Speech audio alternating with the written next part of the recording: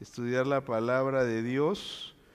Esta mañana tenemos varias visitas, Tenemos varios que nos visitan de diferentes lugares. A ver, levanten la mano la gente que nos visita de otros lugares. Mire, tenemos varios, pero estoy contento especialmente porque está mi hermano aquí en la iglesia, el profesor y su esposa, la profesora Medina. Gracias por estar aquí. Estamos muy contentos, hace mucho tiempo que no lo veía y hoy tenemos la oportunidad de vernos. Así es que el día de hoy vamos a estudiar la palabra de Dios.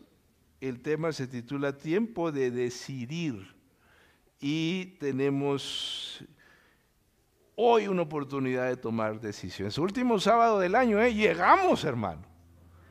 Amén. Algunos llegamos arrastrando la cobija, pero llegamos. Otros llegamos arañando las paredes, pero llegó, gracias a Dios. Así que el día de hoy vamos a estudiar la experiencia de un rey.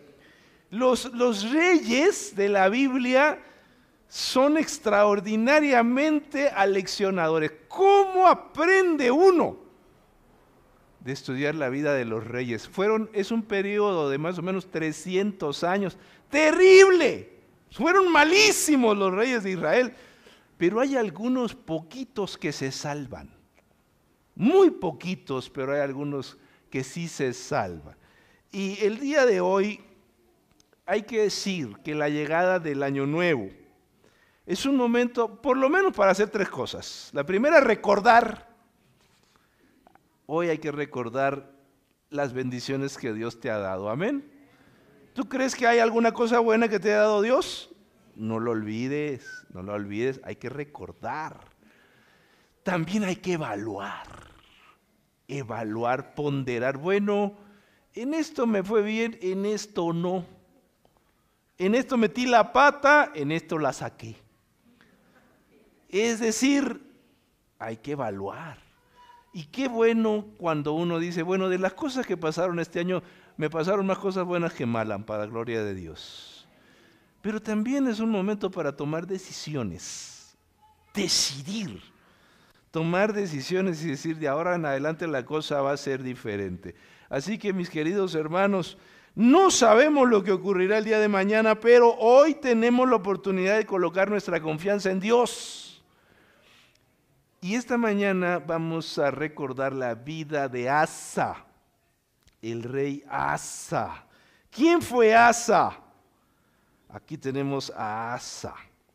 Asa fue hijo de Abías y nieto de Roboam y Maaca. ¿Quién se acuerda quién fue Roboam? ¿Hijo de quién? Salomón, que por ahí del 930 antes de Cristo cometió una de las grandes metidas de pata de su vida y de la historia del pueblo de Israel. Resulta que llegó al reino después de que Salomón murió, Roboam, y tenía todo el reino de Israel para él solito. Pero resulta que le preguntó a la gente de experiencia, oigan, ¿cómo debo gobernar a esta gente? Y la gente de experiencia le dijo, si tú quieres que te vaya bien como líder, esta es una lección para todos, trata bien a la gente. Si tú la tratas bien, la gente te va a servir. Pero entonces fue y le preguntó a los jovencitos, a los que jugaban canicas con él de niño, y les dijo, bueno, ya los niños no juegan canicas, ¿verdad? Pero bueno, iba a decir, los que jugaban videojuegos contigo, pues. Y entonces le pregunta, oye, ¿cómo debo tratar a esta gente? Y le dicen los de su edad, mira, tú tienes que afianzar tu poder. Diles que vas a ser duro, que aquí el que manda eres tú. Y que nadie se le ocurra andarse saliendo del huacal. Y entonces dice la Biblia que el otro le hizo caso a los jovencitos. Aquí mando yo. Así que ya saben, si mi papá fue duro, yo voy a ser peor. Ese día se le dividió el reino. Solo 2 tribus lo reconocieron. 10 lo desconocieron. Y formaron otro reino. A partir de ahí dijeron, vamos a formar la capital en Samaria, y así nació el reino del norte o reino de Israel, y solo 2 tribus se quedaron con él. El reino del sur, Judá, con Benjamín y la tribu de Judá. Tontería de las grandes. Duró muy poquito, duró muy poquito. Y luego había su hijo, duró 3 añitos nada más en el poder, y entonces viene Asa. Asa. Dice la palabra de Dios que la abuelita era tremenda, Hay algunas abuelitas que son bárbaras. Aquí no hay ni una de esas, ¿no? Pura abuelita santa en esta iglesia, ¿verdad? Oye, pero esta abuelita luciferina, qué cosa. Abuelita brava, abuelita que mandaba. Y la abuelita tenía ídolos. Muchos de los reinos, de la influencia de los líderes hasta el día de hoy, mucho tiene que ver quién está a tu lado. Y dice la Biblia que Maaca tuvo una influencia tremenda en su esposo Roboam, en su hijo Abías, pero Asa la puso en paz. Hay algunas abuelitas que hay que ponerles el alto, ¿verdad? Amén. No dije amén el pueblo, Nadie se quiere quemar aquí. Dígalo en su mente. Hay algunos familiares que hay que ponerles el alto, porque si no la cosa no va a funcionar. Y entonces dice la Biblia, mis queridos presentes, que Asa llega al poder. Acá tenemos a Roboam, estamos hablando al principio de los reyes de Israel. Aquí tenemos a Asa que empieza a reinar en el 910 antes de Cristo, pero la cosa no está bien en el pueblo de Israel. Está la cosa terrible. Oye, en 20 años entre Roboam y su hijo Abías acabaron con la espiritualidad del pueblo. La cosa tampoco estaba muy bien allá con Salomón. Salomón, sus últimos años fueron terribles. Pero mire cómo está el reino de Judá. Estamos hablando de Judá. No estamos hablando de las tribus del norte. Y la descripción bíblica es terrible. Estoy leyendo Primero de Reyes 14, 22 al 24 en la Nueva Versión Internacional. Los habitantes de Judá hicieron lo malo ante el Señor, dice la Biblia, y con sus pecados provocaron los celos del Señor, más que sus antepasados.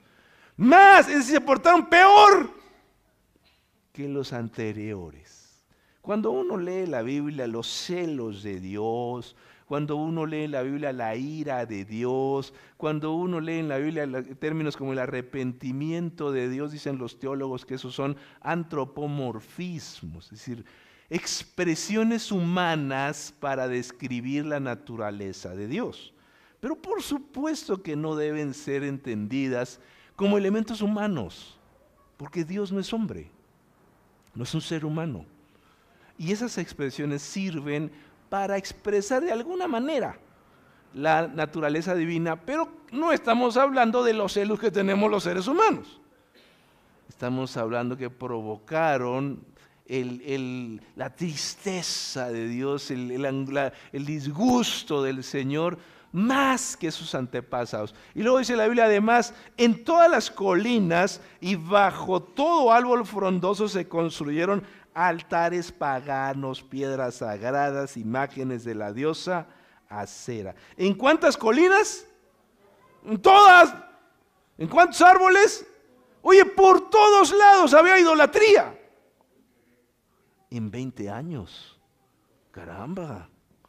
Y luego dice, incluso había en el país hombres que practicaban la prostitución sagrada. Si usted tiene una Reina Valera, ahí en las Reinas Valera dice sodomitas.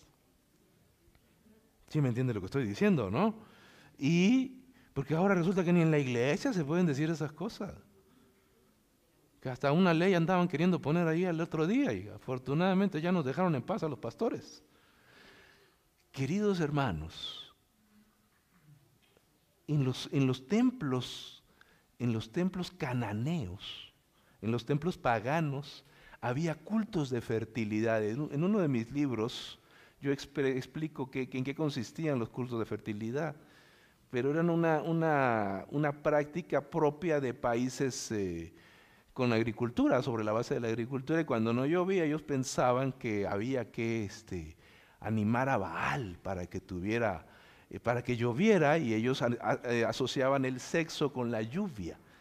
Así es que hacían cultos de fertilidad con sacerdotisas. Jezabel era una sacerdotisa, pero resulta que también había hombres. Estamos hablando del pueblo de Israel, pueblo de Dios. ¿Qué cosa, eh? ¿Hasta dónde puede llegar el pueblo de Dios? ¿Hasta dónde puede caer? ¿Hasta dónde puede caer? Incluso, dice, había en el país hombres que practicaban la prostitución sagrada. El pueblo participaba en todas. Quiero que subrayen la palabra todo. Todas las prácticas repugnantes. ¿Dónde está otra vez todos? Todo árbol frondoso, todas las colinas. Que el Señor, dice, el pueblo participaba en todas las repugnantes ceremonias de las naciones que el Señor había expulsado del territorio de Israel. En hebreo, la repetición no es un pleonasmo como en castellano, no es pobreza de lenguaje. En hebreo la repetición de una expresión es el énfasis poético que se le quiere dar a una frase. Y aquí el autor bíblico está tratando de decir que el pueblo estaba completamente inclinado a la idolatría. No había espacio donde no había idolatría, y el pueblo practicaba, dice, todas las ceremonias repugnantes de los cananeos, que son tremendas. Y entonces aparece el rey Asa, y en 2 de Crónicas 14, 25 al 2 al 5, a partir de aquí leo la Reina Valera 2020, que dice así: Asa hizo lo bueno ante los ojos del Señor, su Dios. Y miren las acciones que toma un verdadero líder. Porque quitó los altares del culto extraño y los lugares altos, quebró las imágenes y destruyó los símbolos de acera, y mandó a Judá. ¿Qué cosa mandó a Judá? Que buscara al Señor. Este verbo es el verbo darás en hebreo. Darás quiere decir cuidar con cuidado, buscar con cuidado, con mucha atención, buscar algo con mucho interés, pedir, adorar. Pero cuando se une al imperativo, mandó a Judá, es una búsqueda mucho más importante.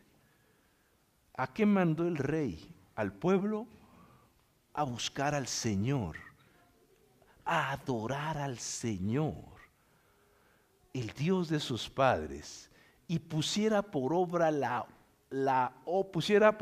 ley y los mandamientos. Luego dice, quitó a sí mismo de todas las ciudades de Judá, los lugares altos, aquí está otra vez todas, y las imágenes, y estuvo el país en paz bajo su reinado. Asa es un hombre de decisiones. En la vida hay que tomar decisiones.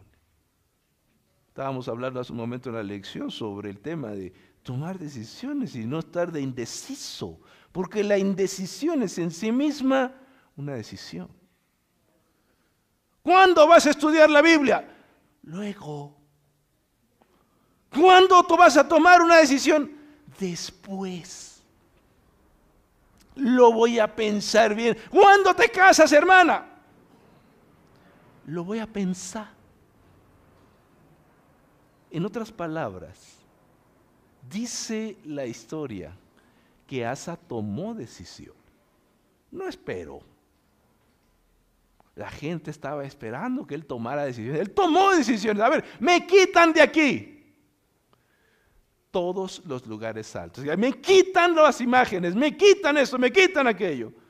La autoridad hay que usarla. Amén. Tú tienes autoridad en tu casa. Úsala. En el nombre de Dios. ¿Qué estás esperando? ¿Por qué no estudia tu hijo, hermano? Ay, pastor, es que mi hija no quiere. Ay, le digo yo. Pero mira qué respetuoso me salió este angelito. No quiere estudiar. Y ya con eso, hermano. Ay, pastor, es que se enoja. Ay, no me digas que se va a enojar. No te pases, hermano. Tu obligación, tu liderazgo es decir, me quitas eso y te pones a estudiar. Dios te dio autoridad a ti. ¿Amén? ¿Qué estás esperando, papá? ¿Qué estás esperando, mamá? O sea, vivimos a merced de los niños. Es que mi hijo no quiere, pastor. No quiere. ¿Qué edad tiene tu niño? 8 años. Oh. A mí se me atraganta hasta la saliva. ¿Qué nos pasa hoy? Dice la Biblia, el rey tomó decisiones. En una casa hay que tomar decisiones. Este próximo año hay que tomar decisiones. Amén. Estar ahí con los ídolos a un lado. El otro dijo, de ninguna manera. Esto me lo quitan inmediatamente. Y entonces dice la Escritura que Asa sabía que Dios no iba a bendecirlo si no corregía las malas prácticas del pueblo. Un pueblo con malas prácticas no puede esperar que Dios lo llene de bendiciones. Dios nos da muchas cosas, aunque no las pidamos. Dios nos da muchas cosas porque somos sus hijos, como conocemos y hemos escuchado. Pero hay cosas que no nos va a dar si uno no elimina algunos hábitos. Cualquier proyecto de prosperidad se debe iniciar con un compromiso de no continuar con hábitos que nos alejan de Dios. Hay cosas que no ayudan, hermano. Hay cosas que no ayudan en la vida. Quita eso. Andarse desvelando no ayuda. Cambia de hábito. Ay, pastor, es que yo soy flojo. Así nací. Eso se quita. Mi mamá nos los quitaba con un cinturón de este pelo. Estar de flojo no ayuda. La Biblia condena la flojera. No le permitas a tus hijos la pereza. Hay cosas que no ayudan. El desorden no ayuda. Trata de ser disciplinado. Es que yo soy así. Eso se quita. Eso se quita. Mi querido hermano, hay prácticas que no ayudan. Y para estudiar la Biblia hay que tener disciplina. Para orar es que yo no me levanto. No, hermano. Claro que se puede. Es que no puedo hacer ejercicio. El ejercicio ayuda mucho a la espiritualidad. Bastante, porque te da disciplina. El Señor nos ayuda a combatir las malas tendencias del corazón humano. Por eso dice Filipenses 4:13, todo lo puedo en Cristo. ¿Qué cosa? Me fortalece. Todo lo. Amén. Pero hay cosas que nos alejan de Dios. Y dice la Biblia, separados de mí, ¿qué cosa? Cualquier cosa que te aleje de Dios, hazla a un lado. Incluyendo alguna amistad, alguna página de internet, alguna aplicación. Todo lo que te aleje de Dios, hazlo a un lado. Porque se puede convertir en un ídolo. Y hazlo pronto. Amén. No digas, pues a ver qué pasa. No, no, no. Aquí no va a pasar a ver qué pasa. Aquí va a pasar lo que tú y yo decidamos. Por eso Dios nos dio libertad. Y entonces dice la Escritura que el rey Asa toma decisiones. Un verdadero líder es alguien que conduce a sus seguidores a tomar decisiones relevantes. Yo estoy aquí para invitarte a tomar decisiones, a ponerte un escenario y a decirte, hermano, decide por Cristo. Pero tú en tu casa estás para invitar a los tuyos a tomar la decisión correcta y a no seguir practicando las cosas que son indebidas. Un verdadero líder no oculta los verdaderos problemas que están destruyendo a los feligreses. Yo sé que a veces le caemos mal a más de uno, ¿no? Como no quitan a ese pastor que nomás se la pasa machacando gente. Pero los verdaderos líderes tienen que decirte, tú tienes un problema. Cambia de actitud. Eso no te va a ayudar. Hay cosas que no nos ayudan. Y mi querido hermano, en tu casa, tú estás para decirle a tus hijos, eso que estás haciendo no está bien, hijo. Cambie de dirección.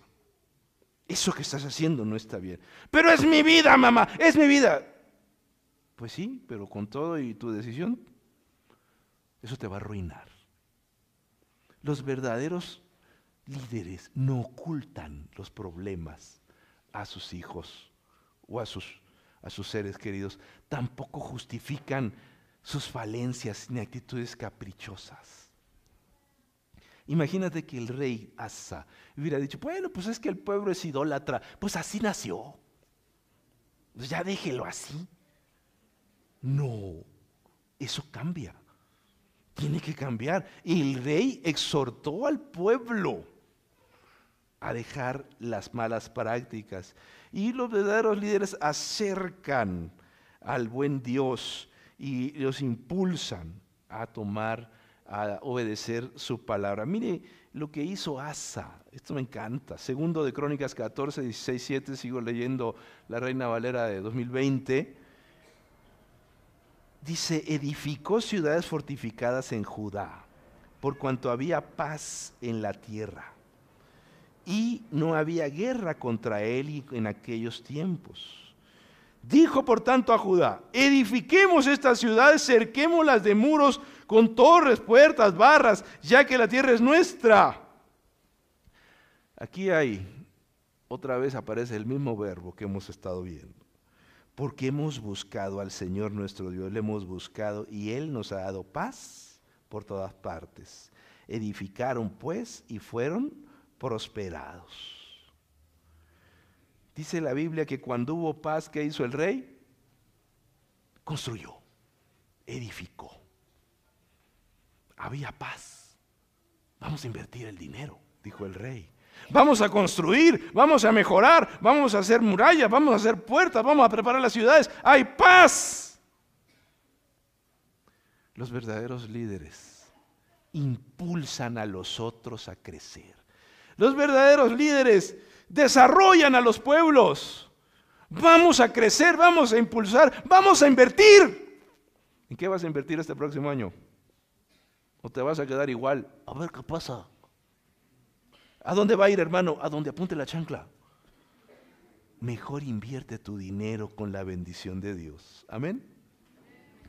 Si hay paz, si no tienes problemas, si no tienes un hijo que te está volviendo loco o una hija que te está sacando el dinero, si no tienes un matrimonio que está en fase 4, como el cáncer, invierte tu dinero. Intenta algo. Como Asa. Asa dijo, tenemos paz. No hay problemas. Vamos a invertir, vamos a trabajar, vamos a hacer algo. ¿Qué vas a hacer el próximo año? ¿Por qué no te pones de rodillas y le dices a Dios, Señor, pues no tengo un matrimonio perfecto. Del 1 al 10, 6. Ya pasaste, hermano. Ya pasaste. Pasaste de panzazo, dejaste los pelos en el alambre, pero pasaste. ¡Haz algo! Amén. Haz algo. Hay paz. Y si tienes problemas, si tienes 1000 dificultades, eso no te impide tener la bendición del Señor. Pero Asa dijo, vamos a invertir, vamos a hacer algo. No podemos desaprovechar este momento. No desaproveches tu vida. La vida se va. No desaproveches tu vida. Y entonces dice la Escritura que además de invertir el dinero, este hombre se preparó. Segundo de Crónicas 14:8. Tuvo también Asa un ejército de 300,000. 300,000 hombres de Judá armados con escudos y lanzas, y 280,000, dice, hombres de Benjamín que portaban escudos y entesaban arcos. ¿Cuántos en total? 580,000. Más de 500,000. Oye, es el ejército más extenso, más grande que tuvo el reino de Judá alguna vez. Muchísima gente, ¿eh? Además de invertir el dinero, este hombre se preparó. En otras épocas, cuando había problemas, los reyes decían, a ver, tráigame a aquel, tráigame a los agricultores, todo el mundo agarra, pero no saben pelear, pues con un palo, aunque sea. Pero ahora hay un ejército profesional de más de 500,000. Porque el rey piensa en el futuro. Porque el rey dice, hay paz, pero mañana quién sabe qué va a pasar. ¿Te estás pensando en el futuro? ¿Te estás preparando? ¿Le estás dando a tus hijos armas? El día de mañana no sabemos qué va a pasar. Hay que armar a la familia para enfrentarse a la vida, aunque sea una pistolita.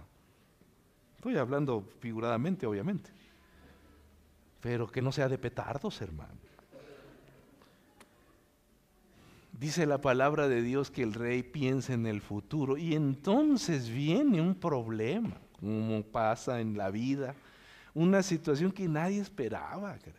Salió contra ellos Sera, el etíope. Oye, ¿qué tiene que ver Etiopía, Cus, como le llama la Biblia, con Judá? ¿Qué tiene que ver? Nada.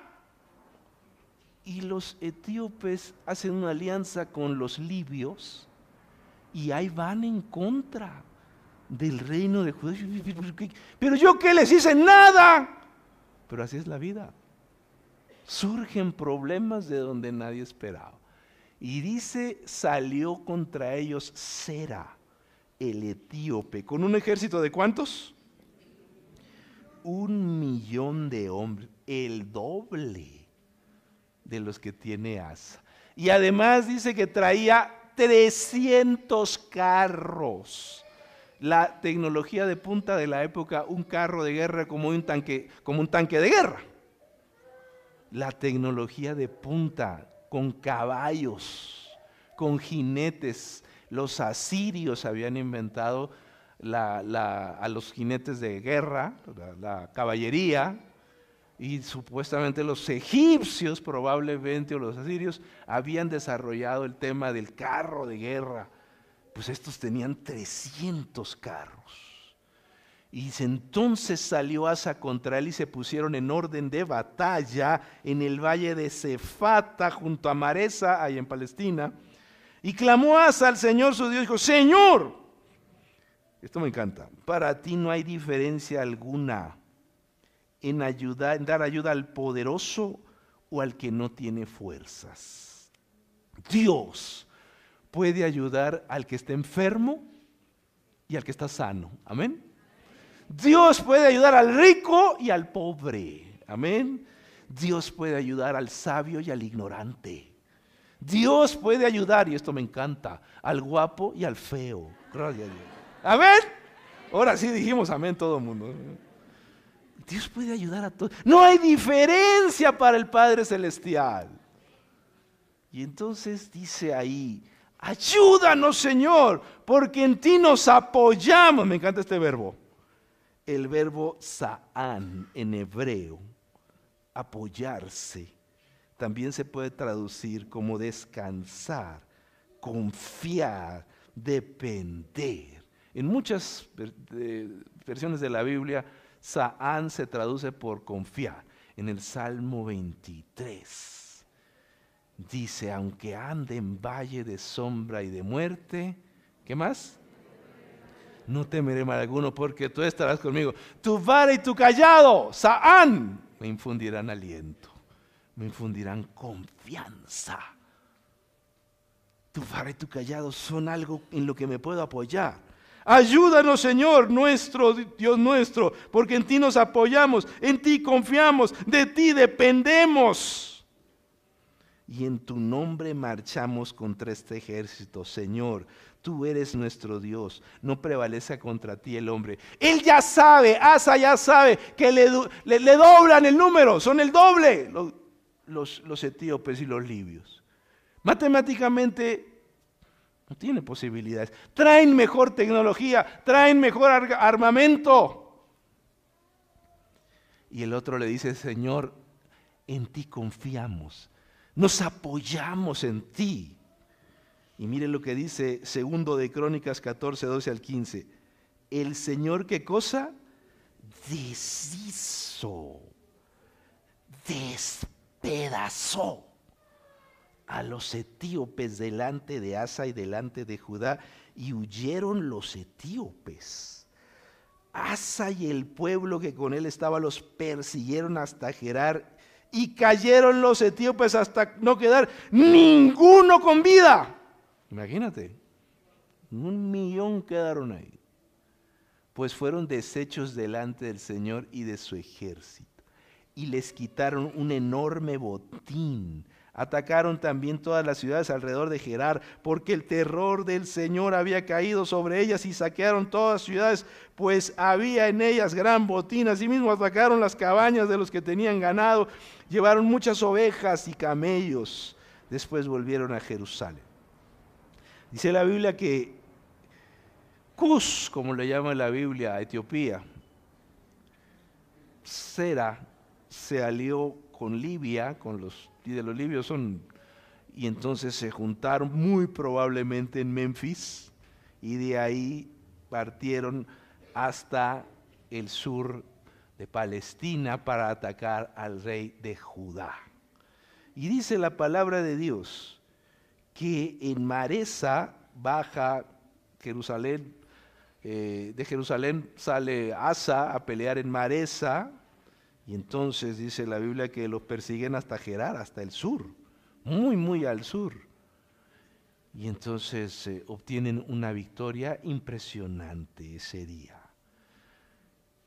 Un profeta llamado Azarías les da este mensaje. Oídme, Asa, todo Judá y Benjamín, el Señor estará con vosotros y vosotros estáis con Él. Yo creo que este mensaje nos viene muy bien a todos nosotros el día de hoy. El Señor estará con vosotros y vosotros estáis con Él. Otra vez el verbo. Y si lo buscáis, vosotros, ¿qué cosa? Lo hallaréis. Acuérdense que este verbo significa buscar con cuidado, adorar.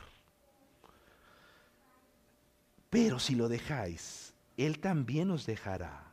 Muchos días ha estado Israel sin verdadero Dios y sin sacerdote que enseñara, y sin ley. A mí mucha gente me ha dicho, no, pastor, en la iglesia no hace falta los pastores, solitos podemos. Cuando no hay líder, la gente se va para el monte, ¿eh? Cuando no hay líder. Yo no te digo que los pastores seamos perfectos, pero ora por tu pastor, amén. Sobre todo cuando yo me vaya. ¿Por qué? Porque la iglesia necesita un liderazgo sólido. Amén. Cuando el liderazgo no es bueno, cuando el liderazgo es flaco, la iglesia corre peligro. Y hoy mucha gente desconfía del pastorado. Eso no nos ayuda. No nos ayuda. Yo no te digo que confíes ciegamente y que no cuestiones, no estoy diciendo eso. Pero la iglesia necesita liderazgo. Y la iglesia necesita una organización. Ora por tu organización. Dice la Biblia, mucho tiempo ha estado Israel sin el verdadero Dios, sin el sacerdote que enseñara. Eso no nos ayuda. Mire dónde terminó la cosa. Entonces dice la Escritura, Pero cuando en su tribulación se convirtieron al Señor Dios de Israel y lo buscaron, aquí cambia el verbo, ahora es bakás. Bakás también significa buscar. Ellos lo hallaron. En aquellos tiempos no hubo paz ni para el que entraba ni para el que salía, sino muchas aflicciones sobre todos los habitantes de las tierras. Una gente destruía a otra y una ciudad a otra ciudad, porque Dios los turbó con toda clase de calamidades. Pero esforzaos vosotros y no desfallezcan vuestras manos, pues hay recompensa para vuestra obra. Pregunta, ¿a qué se refiere este verbo esforzarse? ¿En qué hay que esforzarse? ¿En qué? Buscar a Dios. Amén. Hermano, para buscar a Dios hay que esforzarse. A ver, Dios que aparezca, dicen algunos cínicos. No. Hay que esforzarse. Levántate temprano a buscar a Dios. Amén. Para eso hay que buscar, hay que esforzarse. Hay que cambiar de hábitos. Para estudiar la Biblia hay que esforzarse. Lee tu Biblia todas las mañanas. Para eso hay que esforzarse. Es que yo tengo mucho trabajo. ¿Y tú crees que los demás nos estamos rascando el ombligo? Hay que esforzarse. Para estudiar la palabra de Dios hay que esforzarse. Es que no le entiendo este tema, pastor. Pues bienvenido al club. Yo estuve 13 años atorado con un tema de la Biblia. Aquí donde ven que yo soy pastor y todo el rollo ese, 13 años no le entendí a un tema. Hasta lo tengo registrado. Terminé escribiendo un libro sobre ese tema. Porque esto me llevó a una cosa y a otra y a otra y a otra. Pero el estudio de la palabra de Dios es fascinante. Hay que esforzarse. Para orar hay que esforzarnos. Amén. Esfuérzate. Levántate. Ponte de rodillas. Clama al Señor.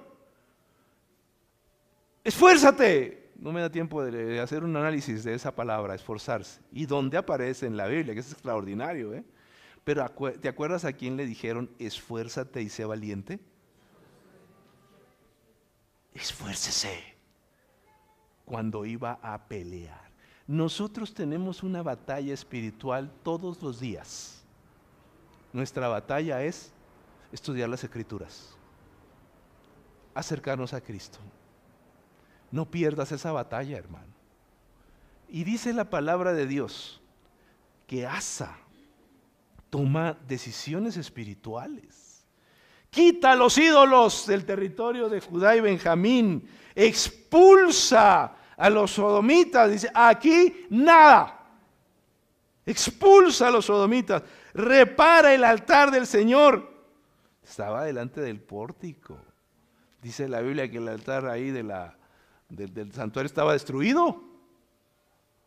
Imagínate. ¿Cuál era el altar que estaba delante del pórtico? ¿Quién me lo dice?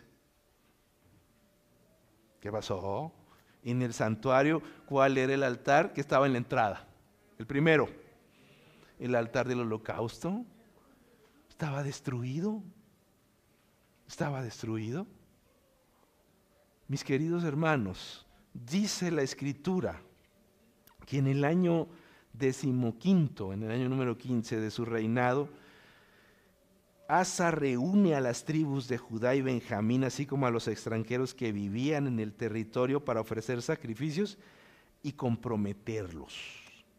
Y les dice, quiero que se comprometan a seguir a Dios.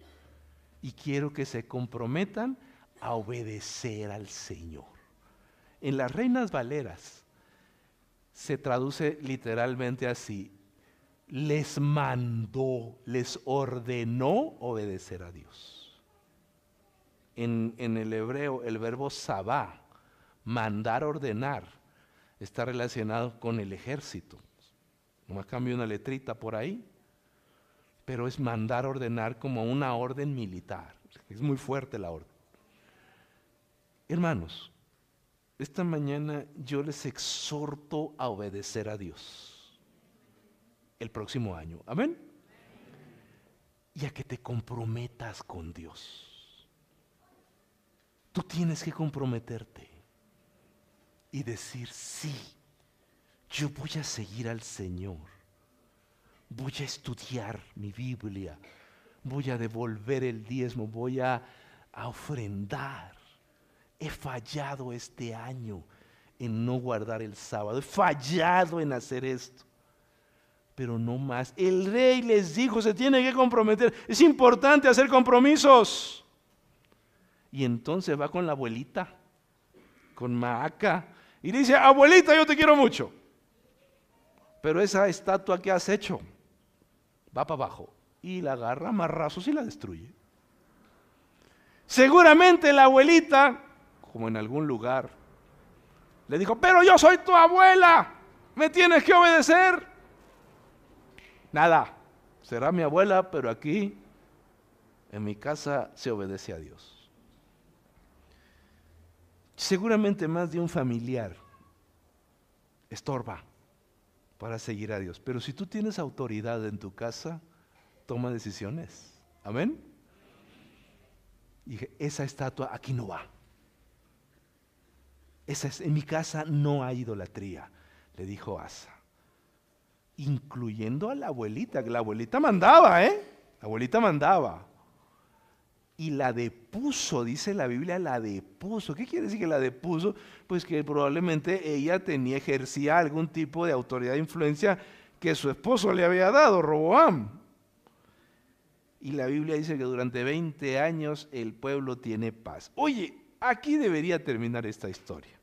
Aquí debería terminar. Aquí debería ser yo: hermano, vamos a hacer un llamamiento, venga al frente los que quieran orar y comprometerse. Amén, todo el mundo. Pero no acaba aquí. Caray, ¿por qué no terminan bien las historias como en las novelas? Dice la Biblia que se le presenta un nuevo desafío. Segundo de Crónicas 16:1, sigo leyendo Reina Valera 2020, dice: en el año 36 del reinado de Asa, subió Baasa, rey de Israel, contra Judá.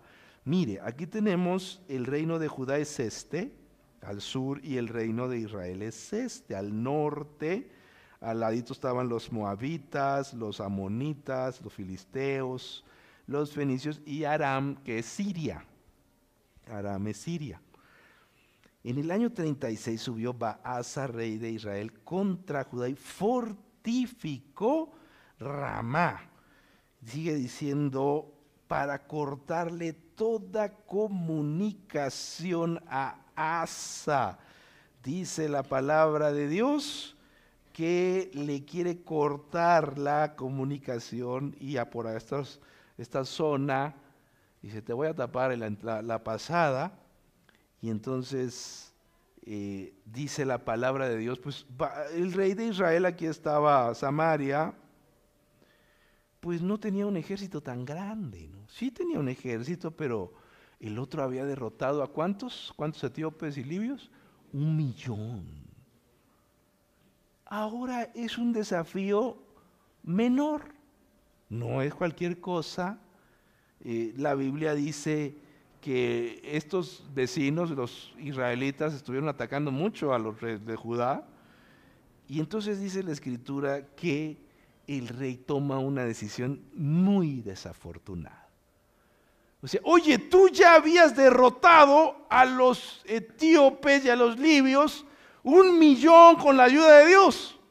Ya habías visto el poder de Dios y ahora salta tu vecino, te fastidia, y mire lo que dice la Escritura. Versículo 2 y 3, segundo de Crónicas 16. Entonces sacó Asa la plata y el oro de los tesoros, ¿de dónde?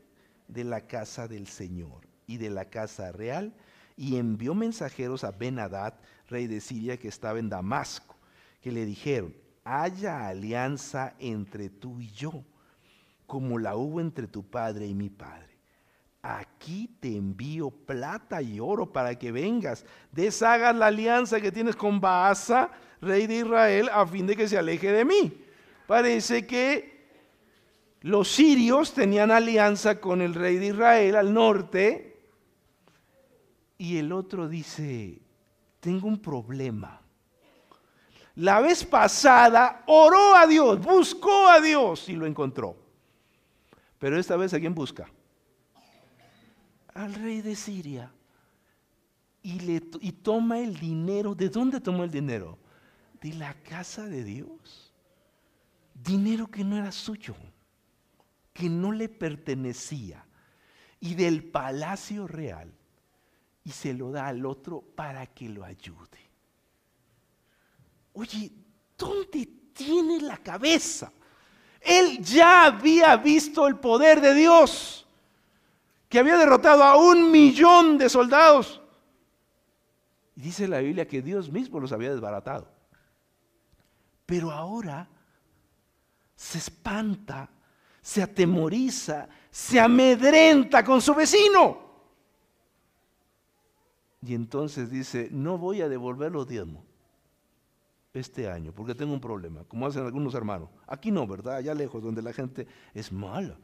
No voy a dar ofrenda, porque no tengo dinero. No me va a alcanzar a pagar la escuela de mi hijo si devuelvo los diezmos o si doy las ofrendas. Mejor voy a buscar otra ayuda. Mis queridos hermanos, ¿qué estamos haciendo? ¿Qué estamos haciendo? ¿Qué mensaje? ¿Tú crees que Dios no ve? ¿Y no se da cuenta de cómo quieres resolver tus problemas?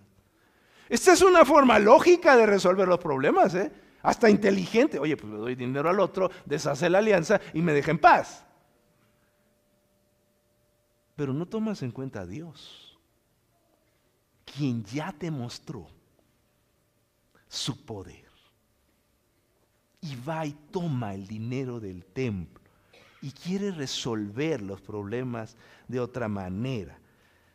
Dice la palabra de Dios, pues que sencillamente Asa va y el otro se escapa en Geba, hace la construcción de un lugar y se va. Y se acaba el problema con el rey de Israel. Pero entonces viene un mensaje del profeta Hanani para Asa. Fíjese, por cuanto te has apoyado, otra vez, ¿qué dijimos que significaba este verbo? Dijimos que significaba confiar, depender, descansar. Por cuanto te has apoyado en el rey de Siria y no te apoyaste en el Señor, que no has confiado en el Señor. Por eso el ejército del rey de Siria ha escapado de tus manos.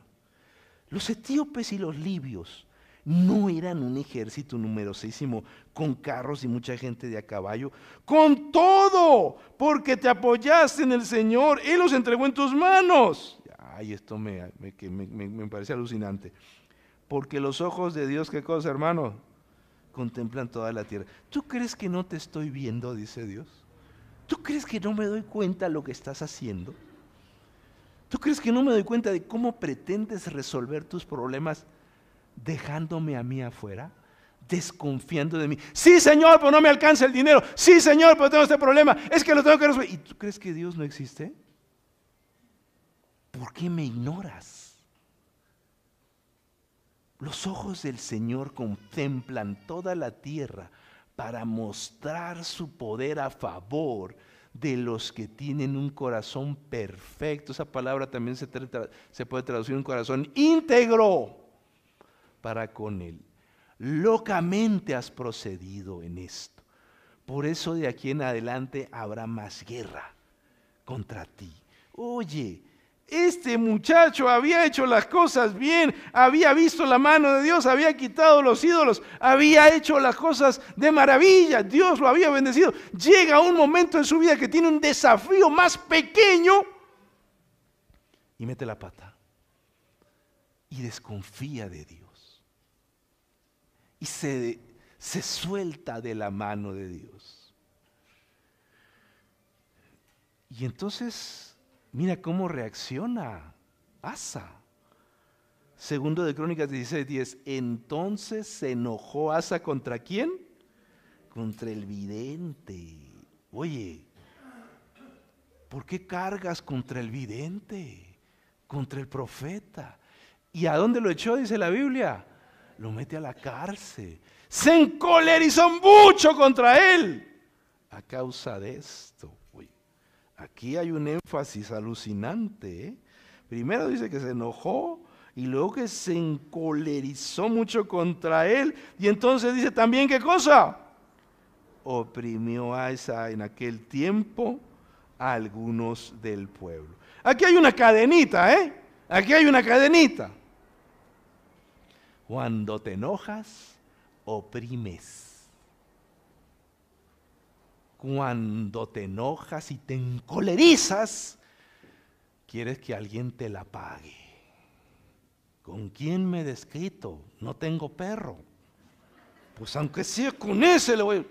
Lo digo con mucho respeto para el que tiene mascota, ¿eh? Pero, ¿con quién me desquito? Me voy a desquitar con mi hijo. Me voy a desquitar con alguien. Los opresores, los abusivos, los tiranos, son gente que trae la rabia por dentro y no la sabe canalizar.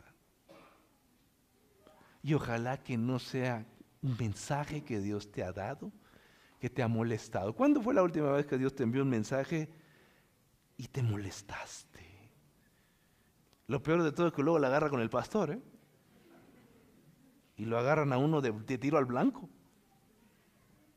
Yo ya estoy, cuando le digo a los jovencitos que van a ser pastores, le digo, mira, si tú no aguantas las críticas, mejor no seas pastor. Porque los pastores vivimos con eso, es el pan de cada día. Porque la gente cree que tú traes algo en su contra. La gente inmadura, cuanto más inmadura, más personaliza las cosas. No, hermano, no lo hagas así. Pero déjame decirte algo, sí te estoy hablando a ti. Como dijo una filósofa. Claro que sí. Dios te envía un mensaje. No te enojes. Porque si te enojas con alguien vas a quererte desquitar. Ojalá no sea tu esposa, tus hijos. Ojalá no sea alguien cercano a ti. Mejor toma decisiones. El profeta fue y le dijo directamente. Y el rey, como tenía autoridad, me meten a a la cárcel. Por favor. En vez de atender el mensaje del cielo, el monarca reaccionó muy mal. Decidió seguir el camino de la opresión. ¿Tú crees que Dios no te puede enviar a ti o a mí un mensaje en el que te diga, estás equivocado, hermano? Eso que estás haciendo es incorrecto. La opresión es la típica actitud de líderes que pierden de vista el sentido del servicio sagrado. La opresión es típica de padres que no entienden la función que Dios les ha dado. Y la opresión también es típica de líderes espirituales o pastores que no entienden la naturaleza del liderazgo. Mis queridos hermanos, no estamos aquí para oprimir. No estamos para eso. Muchas personas son como el rey de Asa. Se molestan con los mensajeros del Señor y deciden atacarlos. Porque no se centran en el mensaje. Se centran en la persona. Los mensajeros somos irrelevantes. Lo importante es el mensaje. ¿Cómo reaccionas tú a los mensajes que Dios te ha enviado? La palabra de Dios dice que en sus últimos años, segundo de Crónicas 16, 12 al 13, en el año 39 de su reinado, Asa enfermó, dice, gravemente de los pies. Oye, ¿quién se enferma de los pies? A ver los médicos que están aquí. ¿Por qué se enferma la gente de los pies gravemente? ¿Qué puede ser, mi querida doctora? Puede ser, dicen, puede ser diabetes, que se le hinchan los pies, puede ser gota, pero resulta que dice la Biblia que en su enfermedad, dice que Asa, ¿qué cosa? No buscó, ahí está otra vez, el verbo buscar. No buscó al Señor, ¿sino a quién? A los médicos. Qué duro, ¿eh?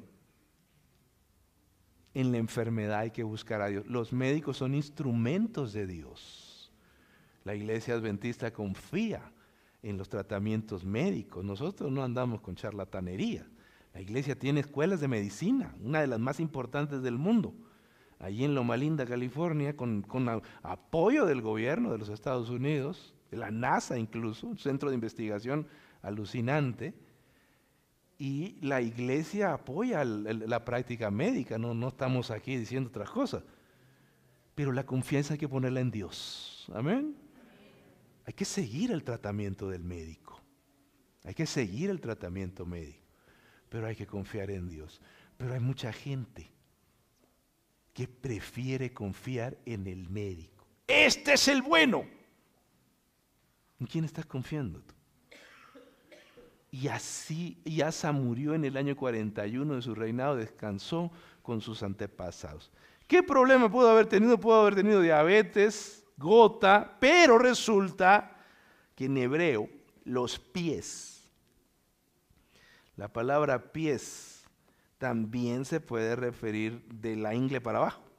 Es decir, en hebreo en algunos casos, la ingle para abajo ya se consideraba los pies, así que los genitales podrían estar incluidos. Por lo tanto, hay quienes dicen que pudo tratarse de un problema urológico. Pudo tratarse de un problema de las vías urinarias, urológico, ¿no? de él. El caso es que la Biblia destaca que se enfermó gravemente. Y el otro tema es que no buscó a Dios al final de su vida, sino a los médicos. Oye, mira cómo un error por un desafío menor acarreó una cadena de circunstancias que lo separó de Dios. Lo molestó con Dios, lo hizo que encerrara al profeta de Dios y al final cuando se enfermó no quiso buscar a Dios porque estaba haciendo lo que yo llamo un berrinche espiritual. Esto es propio de un niño, un berrinche.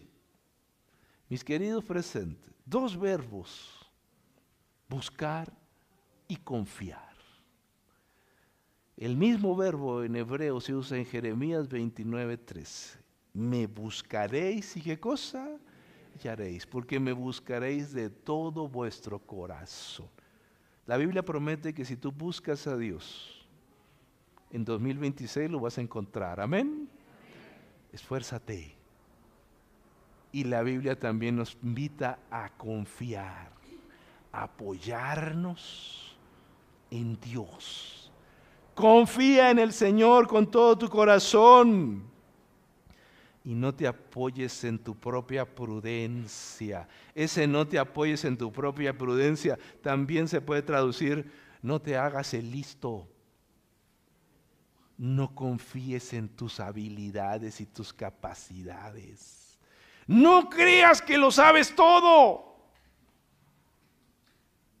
Reconócelo en todos tus caminos y Él hará derechas tus veredas. Es que yo estoy muy retorcido, pastor. Ya lo sé. Por eso la Biblia promete que Él enderezará tu torcido camino, hermano. 5 lecciones para esta mañana. La primera, los seres humanos tenemos la libertad de tomar nuestras propias decisiones. Por eso hay que pedir a Dios sabiduría para elegir mejor. Tenemos el gran privilegio de la libertad. Y hoy, que es el último sábado, podemos tomar una decisión extraordinaria. Amén. Seguir al Señor. Número 2, es necesario hacer un compromiso de buscar a Dios y confiar en sus promesas, como Asa invitó al pueblo. Asa los exhortó, incluso usó su autoridad para decirle a todo el pueblo, necesitamos obedecer a Dios. Y la gente, dice la Biblia, buscó a Dios. Los grandes desafíos de la vida son una oportunidad para confiar en Dios. ¿Cómo pinta 2026? Desafiante. No tengo dinero, no tengo esto, no tengo aquello. Me preocupa mi salud, me preocupa mis hijos, mi familia, mi trabajo. Es una oportunidad para confiar en Dios. Asa un día tuvo a 1,000,000 de enemigos entrando a su territorio y aprendió a confiar en Dios. ¿Cuánto dinero debes tú? ¿Tú crees que eso te puede superar? La confianza en Dios puede ser la solución. Número 4, una mala decisión, como la de Asa, una muestra de desconfianza en Dios ante un desafío menor, puede detonar una cadena de circunstancias que destruyan tu vida espiritual. Una cosa que no merecía la pena. Él ya había visto el poder de Dios, pero prefirió confiar en un ser humano. Prefirió seguir el camino de la lógica y tomó lo que no le pertenecía. Y número 5, nunca perdamos de vista que Dios es el verdadero médico, hermano, que sana nuestras enfermedades. Sigue el tratamiento médico, pero pon tu confianza en Dios. Amén. Así que para terminar este tema, me resulta imposible no hacerle una invitación a todos ustedes a hacer un compromiso con Dios. Esta mañana yo quiero invitar a todo el que quiera decirle a Dios: Señor, ayúdame. Quiero seguirte, quiero hacer un compromiso contigo. Necesito obedecer tu palabra. Que nada me impida seguirte este próximo año. Si hay alguien que quiere decirle eso, venga aquí, yo quiero orar por usted. Venga aquí, quiero orar por ti. A lo mejor tú estás atravesando 1000 problemas. Eso no importa, hermano. 1000 problemas. Lo que importa es que hagas un compromiso con Dios. Y Él te va a ayudar a deshacerte de todo tipo de idolatrías que haya en tu vida. Venga, suba aquí a la plataforma. Venga, vamos a orar. Vamos a orar. Tienes que hacer un compromiso con Dios. Tienes que hacer como Asa hizo. Le invitó al pueblo a hacer un compromiso para que tú sigas al Señor. Ninguno de nosotros es obediente. Dios lo sabe. Necesitamos la palabra de Dios. Necesitamos las escrituras. Pero en aquello que tú hayas fallado este año, eso no puede seguir igual. Eso tiene que cambiar. Y hay hábitos, hay prácticas que no pueden seguir. Que no me las tienes que decir a mí. Díselas a Dios. Pero dile a Dios: Señor, no quiero seguir con esto. No quiero seguirte siendo infiel.